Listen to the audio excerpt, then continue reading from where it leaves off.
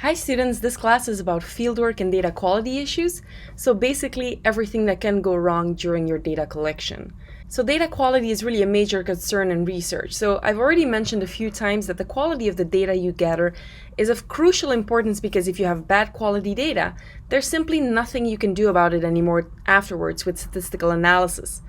So statistical analysis can fix your data to some extent, but if there's true flaws in your data, let's say you forgot a certain question, you biased respondents got lazy and skipped certain questions, all of those issues compromise the data quality and cannot be fixed anymore afterwards with data analysis. Think of, for example, a lab scientist who accidentally feeds his mice the wrong food, and then the whole experiment is ruined. Or let's say you do an interview with a CEO and it was really hard to get an appointment with them, really hard to get a meeting with them, and then when you finally meet with them and interview them, you forget a crucial question. So things like that can obviously happen, and this results in non-sampling errors, or what we call data collection errors. So this class will be about different forms of data collection errors. We will also go over different sources of data collection errors and how to minimize them. And then we'll cover various types of non-response errors. So non-response is kind of a thing on its own, a very tricky type of data collection error that a lot of researchers have to deal with. In the previous class, we talked about sampling errors. We had the whole class about sampling.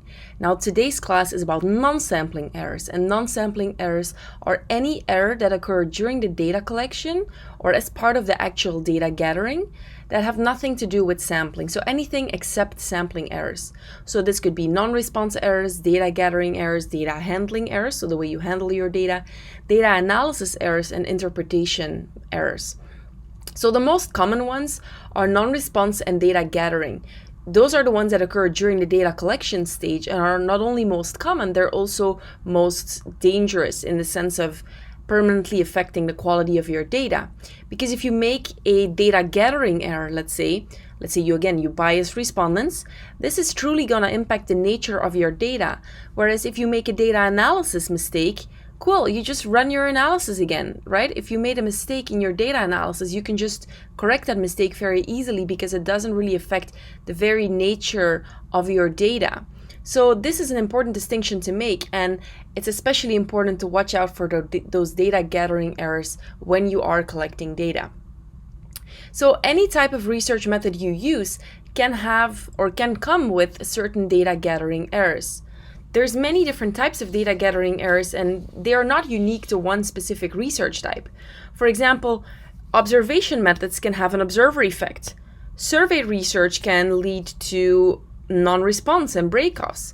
Focus groups can lead to a moderator maybe being tired and therefore making mistakes or asking questions in a slightly biased way, and so on. So every research method can come with a certain type of data gathering error. And data gathering error or data collection errors are not unique to respondents or not unique to field workers or interviewers. They can occur in both sides, so from a field worker perspective as well as a respondent perspective. This is one example, actually, this video of a respondent giving an unintentional error. So this respondent answers a question by an interviewer, but his answer is almost impossible to understand for people who don't have the lingo. So let me just, let you watch it. But the park is still flooded, so you'll see kids out there again. Some of those kids today will be my co-hosts. It's just like, dude, you get the best barrels ever, dude. Just like you pull in and you just get spit right out of them. And you just drop in and just smack the lip. Whoop-ah! Drop down, snap, and then after that, you just drop in, just ride the barrel and get pitted. So pitted like that. Well, actually, you know what?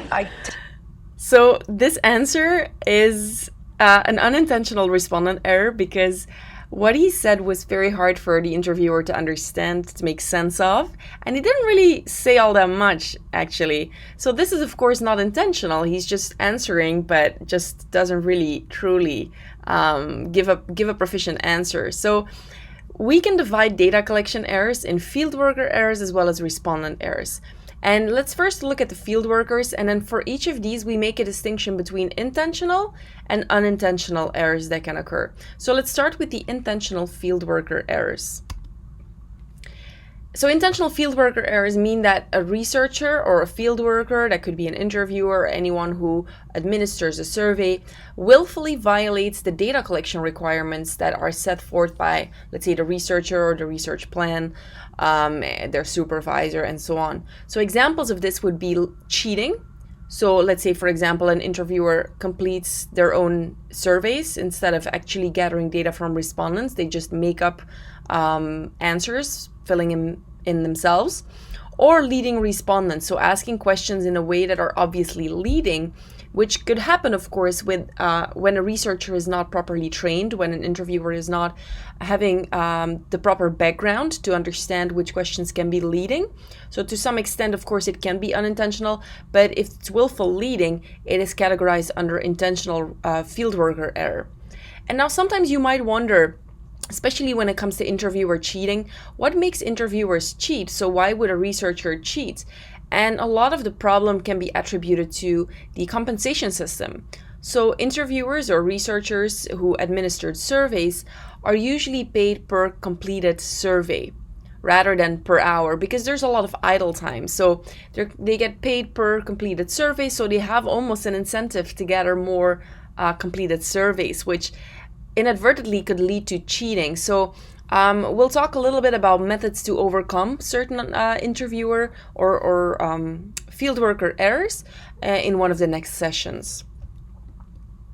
The unintentional fieldworker errors can be merely due to characteristics that they have, let's say their demeanor, but also misunderstandings and fatigue.